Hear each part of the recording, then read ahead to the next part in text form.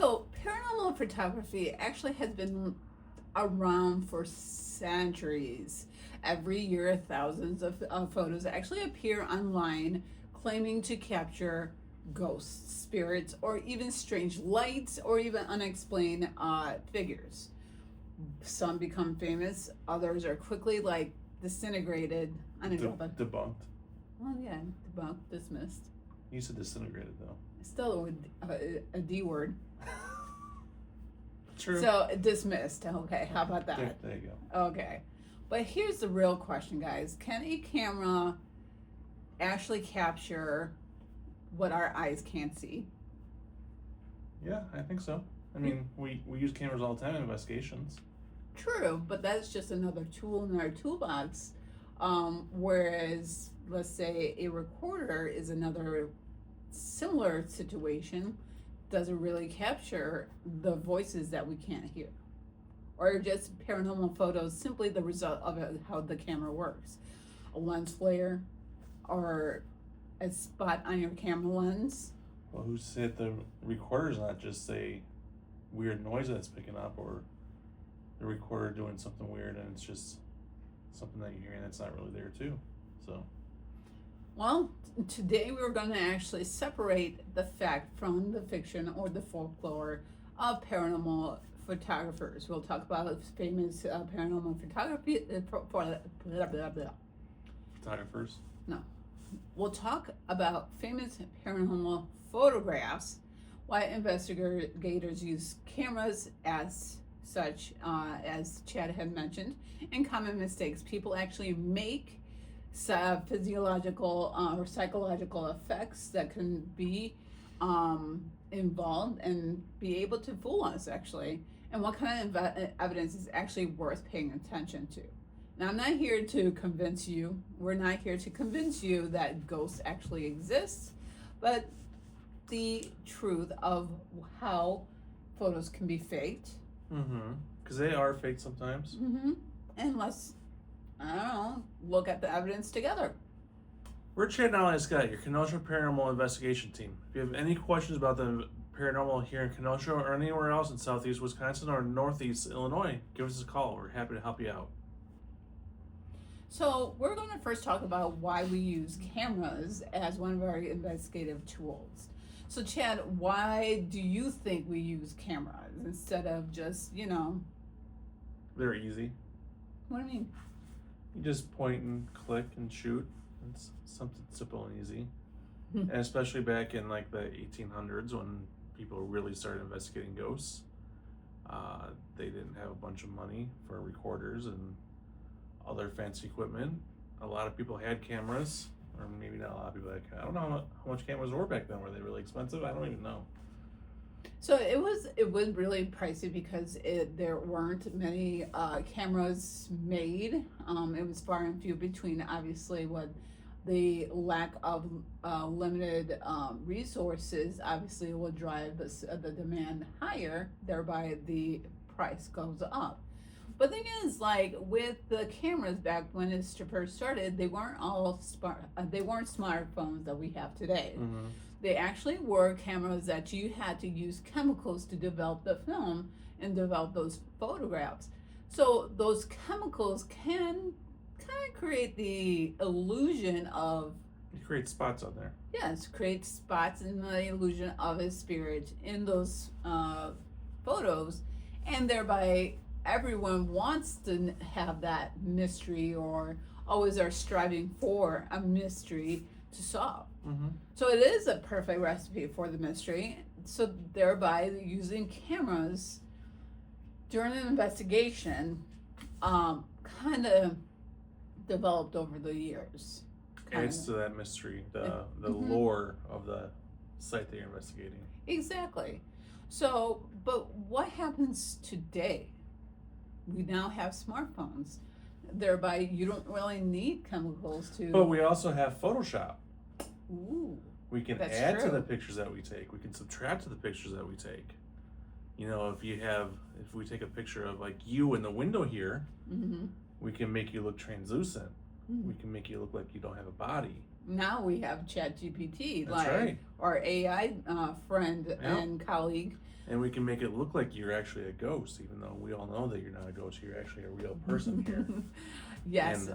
And then broadcast to the world like, hey, I caught a ghost in my front window, even though we all know that's not really true. But So actually, during the Victorian age, a little history behind everything. So during the Victorian age, which was like the 1800s to the 1900s, the crowd became obsessed in talking to the dead. And that's when Ouija boards were developed and seances were being widely used, especially among the rich, to talk to their dead loved ones. Especially, it kind of helps with grieving families to kind of like, okay, my loved one is actually good and they're great, so I don't have to worry about them anymore. mm-hmm. So during the Victorian age, they actually utilized photographers that claim that they captured the deceased loved ones standing next to the family members.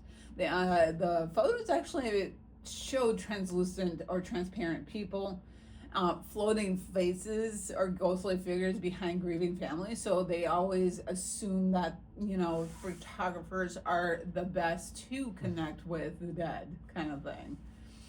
Sarah Winchester was obsessed in doing seances to reach out to her dead husband. And that's where she actually were talking to the spirits, and they told her to start building these rooms and these doors and these stairwells, and then to confuse them, she started developing or building that. So, but anyways, so a lot of people actually believe that that's proof that there's an afterlife. So, but I don't know if it was kinda is proof of the afterlife. Or just people taking advantage of grieving people. That too.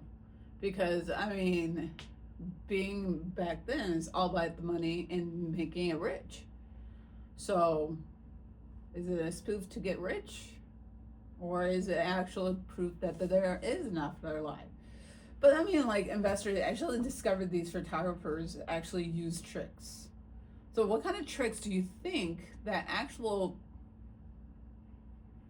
photographers would use? Especially, remember, they use chemicals to develop these photographs. So, funny enough, in high school, I was actually in photography club for a little while. Really? So, I actually know... Nerd alert.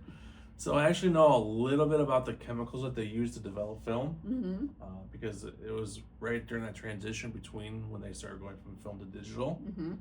So, we did the chemical from, taking film out of a camera and then using the chemicals to make it into actual pictures. Mm-hmm. So depending on how much chemicals you use on the film, depends on how clear the picture is and how much the people come out. And depending on where on the film you're using it, on how much the person comes out. So to get those translucent people in the picture, Mm-hmm. all they had to do is either use more or less of the chemical on that particular part of the picture, and that person would look more translucent or look like they're floating. I didn't know that. Uh-huh. That's kind of interesting. What about double exposures or the hidden negatives and stuff like that causes the photographers to play? That I'm not 100% sure on how to do all that, because I didn't get, I wasn't that much of a photography nerd. I just know a little bit about the chemicals and stuff. I know that if you use a certain amount or too much of the chemicals, it make the picture pop more or make the people look a little more translucent or not even there sometimes. Mm-hmm. I don't know how to overexposure or make all the fundamentals and that kind of stuff, but if I'm wrong about this stuff, let us know down here in the comments. Correct me.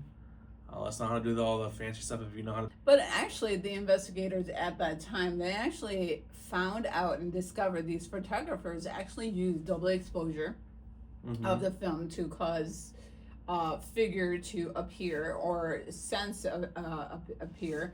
Hidden negatives that they used, composite photographs.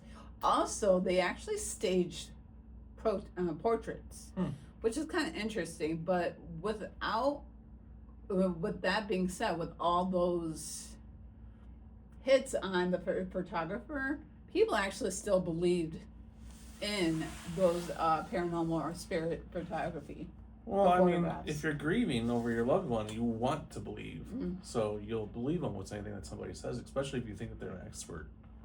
It's like a medium coming into your house saying your mom is there, even though she may not be there, Mm-hmm. kind of thing. So I mean, I guess you're right. Grief is so powerful that people want to. They want to be comforted. Yes. So just to have that one last glimpse of that loved one, I think they're willing to believe anything, I guess. Which, I mean, if someone handed you a photo and claiming it showed your late grandmother smiling beside you, would your first instinct be skepticism or hope? I would hope that it's true, but I'd be skeptical that it is true. Mm-hmm. Just let us know in the comments, like if someone actually handed you a photograph and claimed that it's your dead, your late grandmother smiling beside you, would your instinct say, I don't think so? Or is it actually giving you some hope that she's there and next to you, regardless if she has passed? Drop it down in the comments and let us know. So let's talk about the famous paranormal photographs. One is, let's talk about famous photographs that have been around the world, that's known around the world. One is the famous Amityville house that Ed and Lorraine Warren actually investigated and had taken a picture of a boy that's on the stairwell just peeking his head right over the rail. And the camera shows his eyes being so bright, not normal eyes. They're like glowing. They're glowing. Mm-hmm. Glowing eyes and a facial expression that is very, very flat. No expression, no emotions being shown. It's being documented as being a person who is being possessed by a demon, no less, that has been investigated by Ed and Lorraine Warren. But the thing is, like, the film that they used was infrared. And for those who lived through the 90s, all know when you take a picture with a regular camera, what happens to our eyes. They flash.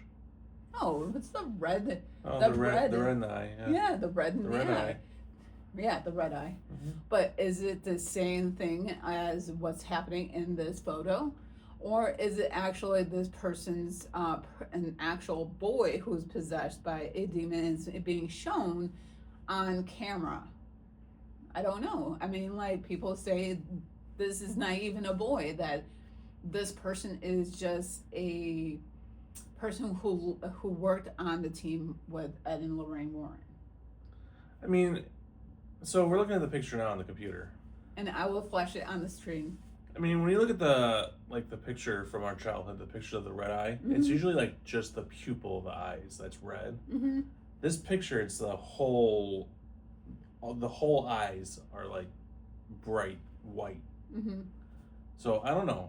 It doesn't look like red eye to be in this picture. It looks like somebody like took a highlighter and highlighted the eyes. Or scratched them out, Mm-hmm. kind of thing. And this is a picture of a picture at this point now. Right.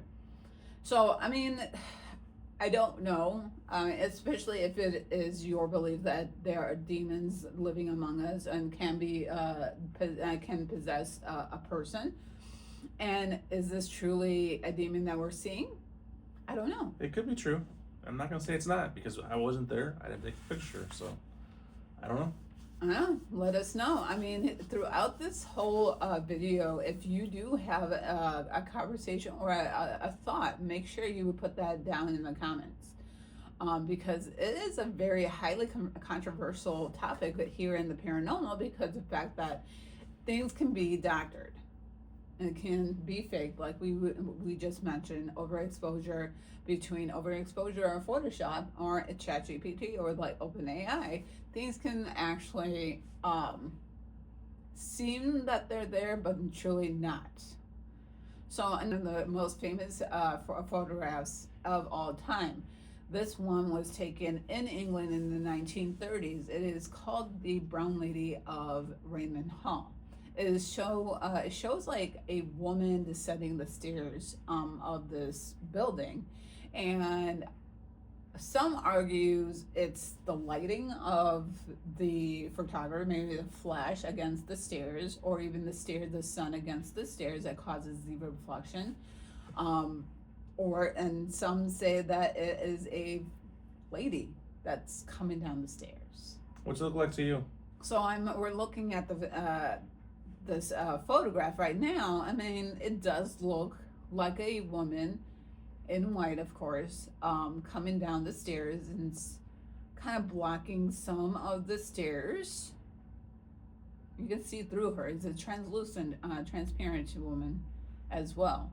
You can see the dress as well. So, I don't know. I think it is a spirit being captured on a camera. What do you think? So I agree that it very well could be a spirit, but it also could just be a woman with a long train dress walking up the stairs, and they overexposed it.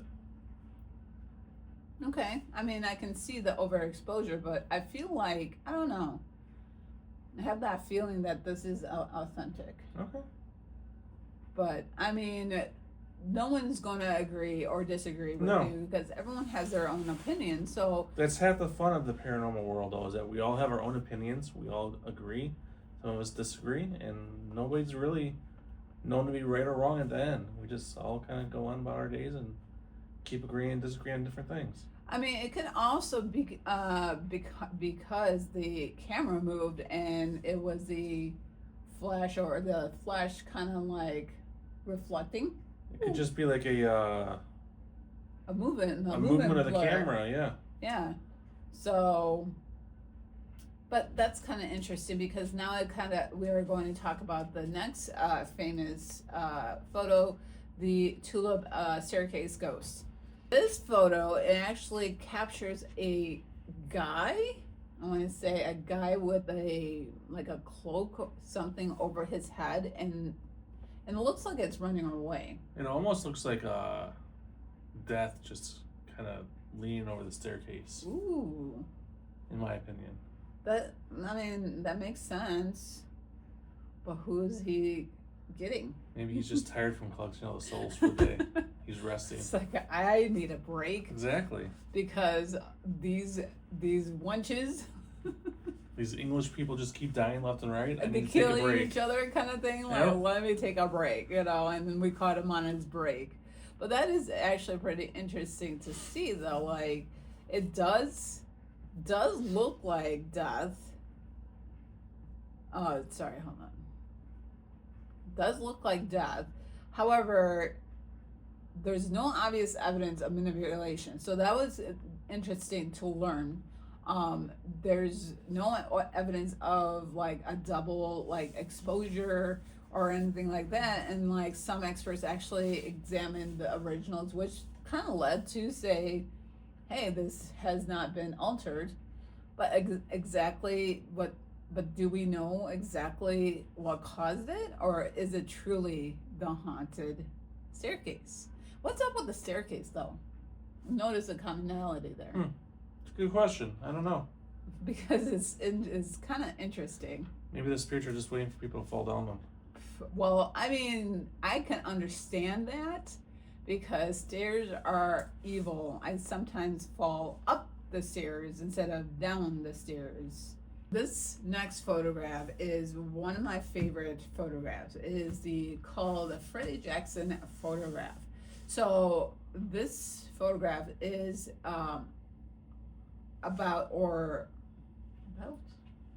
This photograph is of the Royal Air Force. I'm so tired right now, babe. I'm like Okay. So this photograph, continue. So this photograph is of the Royal Air Force mechanics. So another England-based Yep, another photograph. English-based photograph. It's of Freddy Jackson, who supposedly died, and his funeral was days earlier before this picture was even taken, which is really weird. How could he be in this picture if he had died days earlier? True. He should not have been there. He should have been buried in the ground. Are we talking about the actual Freddie Jackson? Are we talking about a doppelganger, a mistaken identity almost? Like a person who looks like him, but it isn't? Because, I mean, I've experienced doppelgangers before. I have too, but I don't know. That's what a lot of people are asking. Is it actually Freddie Jackson? Or is it a doppelganger? Or is it somebody that just looks a lot like him? Mm-hmm. Is it maybe a cardboard cutout of him? Mm-hmm. I don't know. Let's flash the picture up there on the screen and see what you guys all think. So, I mean, and until this day, it's still, people are debating about the authenticity. Authenticity? Oh my God. I hate those words. Those words are hard. And it's my favorite because it's pretty simple, right? Pretty cut and dry. Like, he looks solid in this photo versus, you know, the staircase lady. You can't see through him or anything. Doesn't look like a ghost. Right. It just looks like a regular person just sitting there posing for a picture. With his fellow mechanics that he worked alongside. So is he there because he missed them? Is he there because he didn't want to be left out? What? I really don't know. And it's interesting to see. It had a perfectly normal explanation. Would people actually still believe they were paranormal? Why? I mean, because photographs actually feel objective. Like, we can trust cameras, but sometimes we trust them too much. I think people just like to be skeptical. They don't like to take things at face value. They like to say, well, what if this happened? Well, this could be this. Like, let's question authority. Mm-hmm. Let's not take things at face value. Let's say, well, what if this? Instead of following the straight line, let's go off to the side here and see what happens. I mean, it's a logical explanation of why people do that, because of the fact that there's always more than one answer to everything. I mean, except for math problems, there's only one answer. Well, unless you do math a different way. You know, there's always new ways to do math. But again, you still get the same result, though. Yeah, but there's always different ways to come to the same result. True. Damn new math. I know. I hate it too. Oh, anyways. It confuses us when we're trying to help Abby with it. Exactly. But the thing is, like, with modern cameras that we have in, like, our iPhones that we use a lot, or your smartphone, is very convenient to just point and shoot, right? So they are also easily fooled, like ChatGPT, OpenAI. You can just upload it to the internet and say, hey, put a ghostly figure in this photo, right? But what is the biggest causes nowadays of the ghost photos? And I say ghost photos just because this next topic is such high controversy,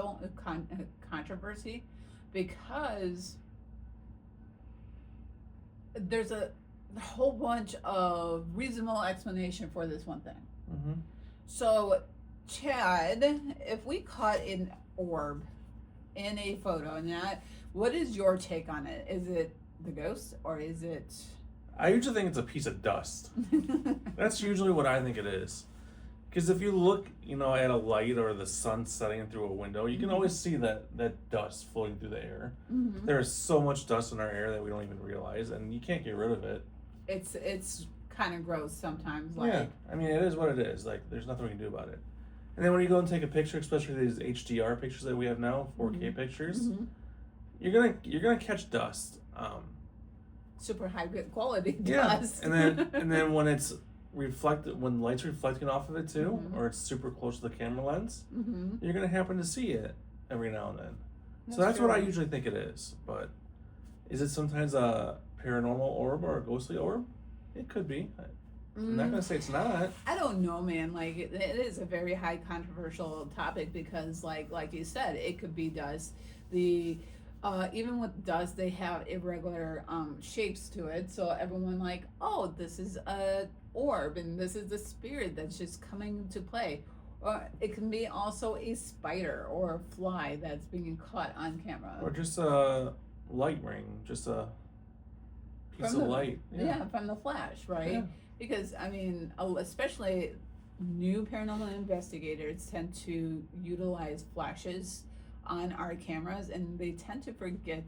And I'm not saying just newbies. I mean, I'm an experienced investigator, and I've oftentimes forgotten my flash on to not turn it off.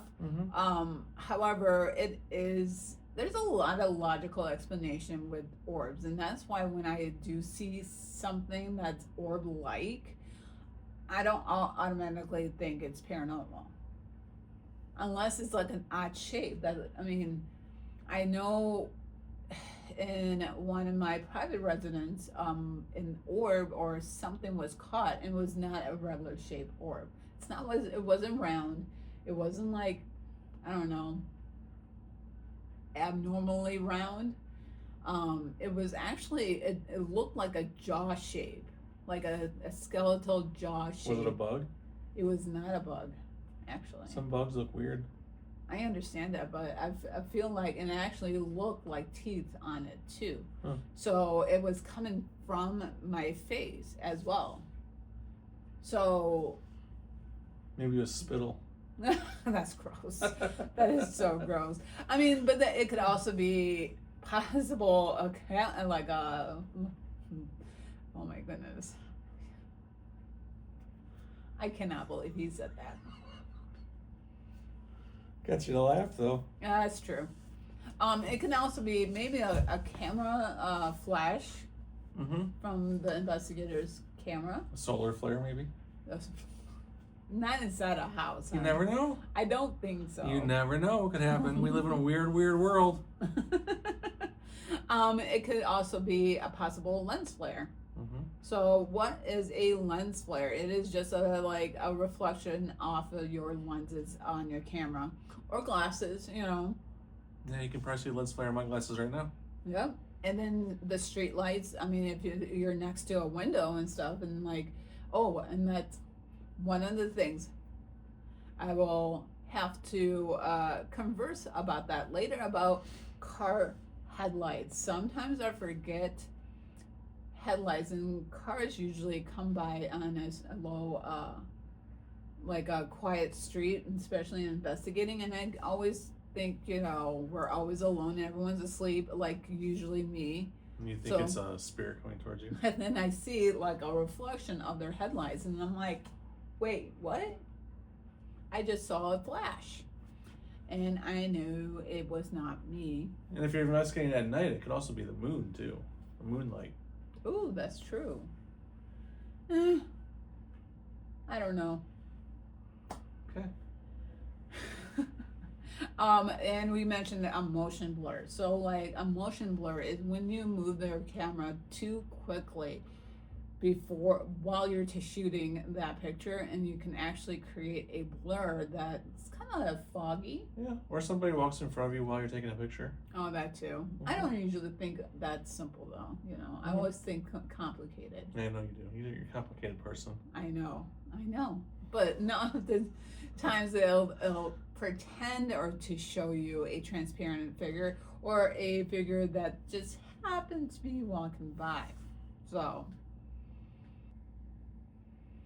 let's talk about our modern day technology. So I've said that you can't rely on our smartphones because of the fact that we are able to manipulate it easily now, especially with the AI, right? So we don't even have to manipulate it, because I've seen this with my own pictures. I'm taking pictures with my Apple iPhone 16. Our phones have gotten so smart now that with the cameras, they rely so heavily on technology and chips and all that stuff that they will automatically try and recreate the picture.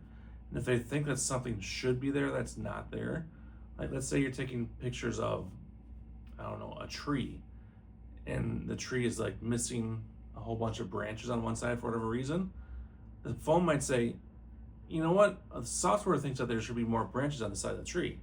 So it might automatically add more branches to that side of the tree, because the software is saying, this tree doesn't look right. There should be more branches over here. So it'll automatically add more branches. This is just an example, of course. Now, is that correct? No. Is it right? Probably not. Can you fix it? Probably. Would you? I don't know. maybe you want to say, look, my tree's fully grown in now. Mm-hmm. If you happen to catch a ghost and it's not really there, would you fix it? I don't know. Do you want to become famous overnight? That is definitely one way to get famous, because people were going to share that photograph real quick. And it's really hard to disprove too, because the camera is saying that it's true. It's really hard for experts to go through that and say that it's not true, because the camera is saying that actually happened, that picture is true. So I mean, and on top of that, like our phones, with the technology, they actually compresses the pixel. It changes the pixels. Mm-hmm. So is it recreating the pixel in a way that there's another figure in there? I don't know. And it'll be interesting, because this is one reason investigators should never rely on a single photo.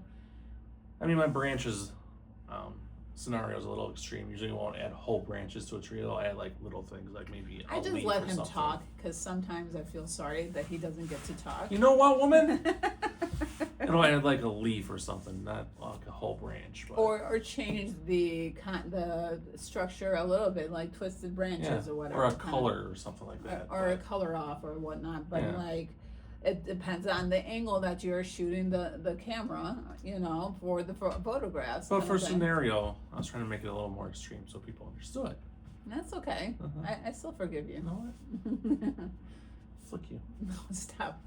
Anyways, and that's the reason why in investigations that we take 3 consecutive photographs at the same time, so that if one photograph has something that's evident, whereas the other ones are kind of not there. I'm not saying kind of, but they don't show. Is that really good proof of spirit photography, or is it just happened to be visible in that one photographs? So, and let's talk about pareidolia. We mentioned pareidolia quite a bit in previous videos.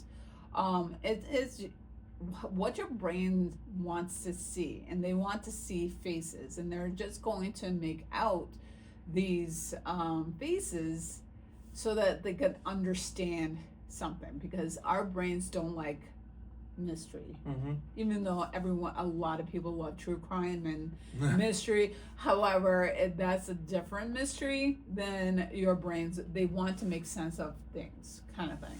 So when you see a cloud and you see a fairy like Snoopy, your brain wants to make sense of that shape, and it's going to associate that with something you know already. So it actually has evolved, our brains evolved to recognize faces, and it's very quickly. It's actually a survival thing. Did you know that? Mm-hmm. Why? Kind of like a ring doorbell. What do you mean? It recognizes faces. True. It's not a survival technique, but it recognizes faces. True. So like early human mistook a bush for a person. So I don't think that's a big deal, but as a person back then with less ability to protect themselves, they're going to be very protective, and they're going to be on guard. Mm-hmm. So it's going to help that person be on guard and protect their family, themselves, from predators as well. But what about today? We have a whole bunch of things to protect ourselves. Why do we make faces and things everywhere? Because our brains haven't evolved yet. It's like the fight and flight that we have in our brains. It's just ingrained in us. It's like internal survival mode kind of thing. And a lot of them, in like let's say staircases, during my investigation, there is a photograph that I had taken, and it shows faces in the wall based off the stains. Alia, what makes a photograph interesting to you? I don't know, because I feel like a photograph has many different inferences. You can take a lot of inferences from one piece of material, I guess. As an investigator, though, what usually catches your attention when you're looking at the photograph? Something that's I don't know, standing there, or I'm looking for consistency, kind of thing. I mean, the question's like, was anyone standing there? Like, it just starts to intrigue me and trying to recall the memory of that moment. It's like, okay, so, or were so and so whispering, kind of thing, if we were talking about the audio and stuff like that. Was there any cold spots? Or were there any cold spots or whatnot, or sudden EMF changes to correlate to that time and place? Basically, we want more evidence to go along with the thing that we captured on the picture. Right. And it's funny because this just happened on this investigation at Edinburgh. We were listening to a recording, and we heard "I'm so scared" so clearly, and none of us remember who said that, if anyone said that. It's like, is it a true EVP? I'm not sure. However, my video camera actually caught that moment, and we were able to debunk that piece of evidence real quick because it correlated the timestamp and the area in which we did the experiment. What was it? It was actually one of my friends who said, "I'm so scared," and she didn't realize she was saying it. So, but the thing is, yeah, we're not going to do that. So yeah, it was actually a really cool capture, and we were able to debunk it with multiple pieces of equipment and not just rely on one photograph or one recording, because it doesn't tell the whole story until you have a whole bunch of things correlating at the same time. So Alia, imagine that you're walking down a long, dark hallway, and all of a sudden a shadow figure appears in front of you. What do you do quickly as an investigator? I mean, I have my phone, so I'm gonna like reach out with my phone and start taking pictures really quickly. Hopefully I capture it on my phone. Okay. And how do you justify those pictures and prove that that's a real shadow figure then after that? I mean, we can try to recreate the figure, playing with the lights and stuff. If there was light, how, like, was there someone there? Was it just a passerby, like outside with the headlights? Trying to recreate the moment and see if we were able to recreate it. If we cannot recreate the exact picture, then I mean, there is a chance of paranormal behind it.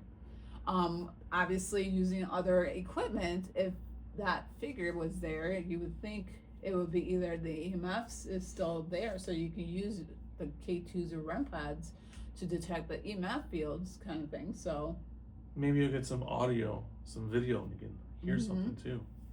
Hoping my camera actually works and capture that thing, you know, my video camera at that.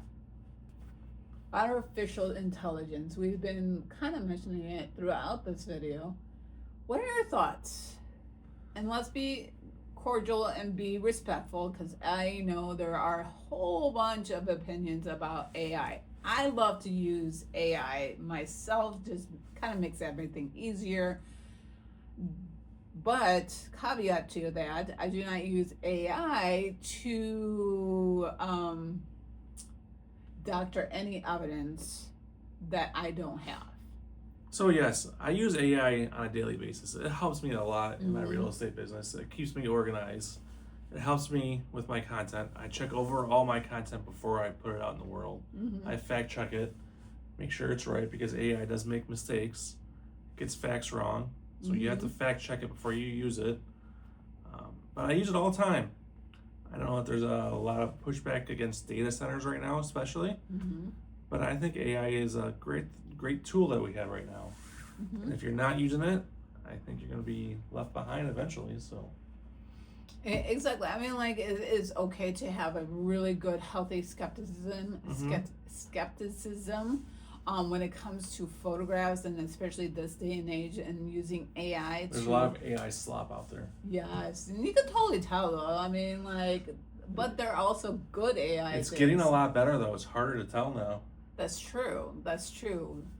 But I mean, at the same time, you just have to be careful in utilizing AI. I mean, AI I love to use for reducing workload, and like Chad had mentioned. But at the same time, I don't rely on it to analyze my photos or doctor my photos from my investigations at all.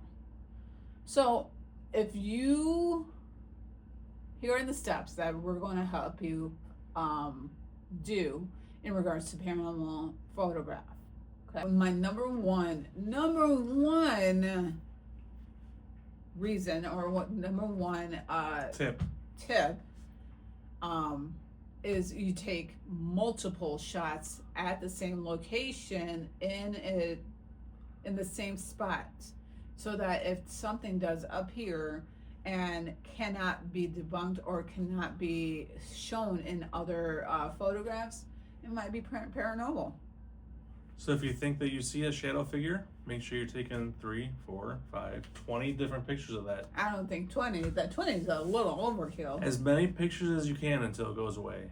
Just right. Keep taking pictures, and if you can, get some video of it too. That's even better. Mm-hmm. Document the time, what type of weather, lighting condition, and who was actually present. And I'm saying the time because of the fact that is it like full on sunlight, moonlight, as well as the weather. Is it lightning is causing the reflection? And who is present? Okay, Chad, were you actually there, or am I going crazy?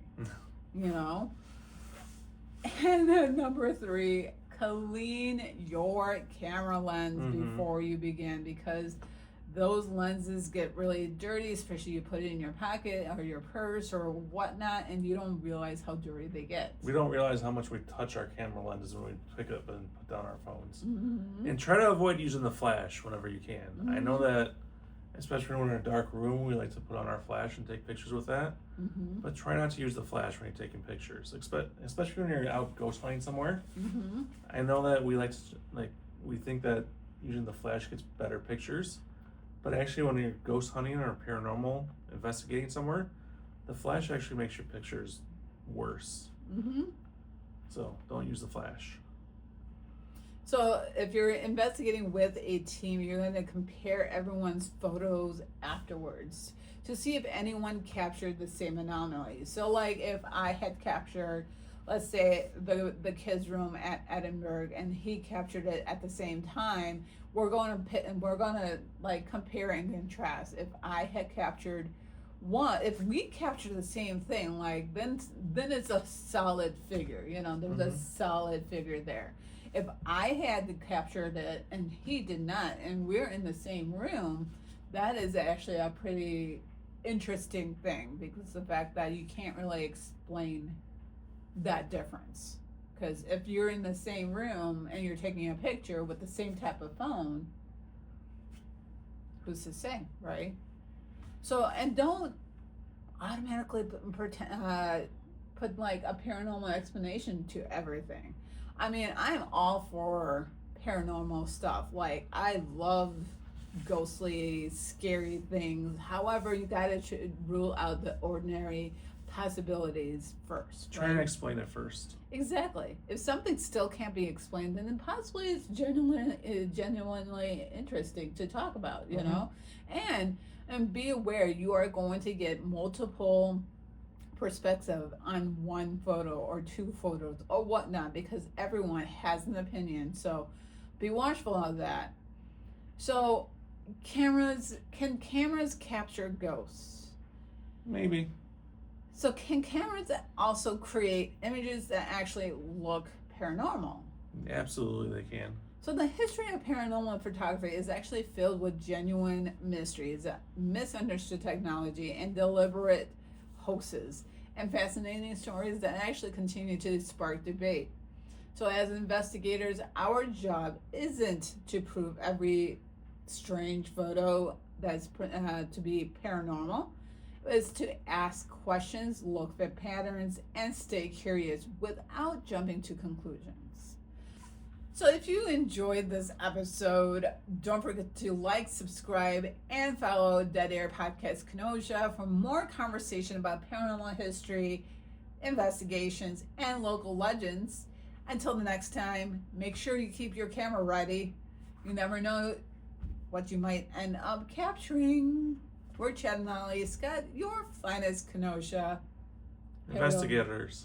paranormal investigators.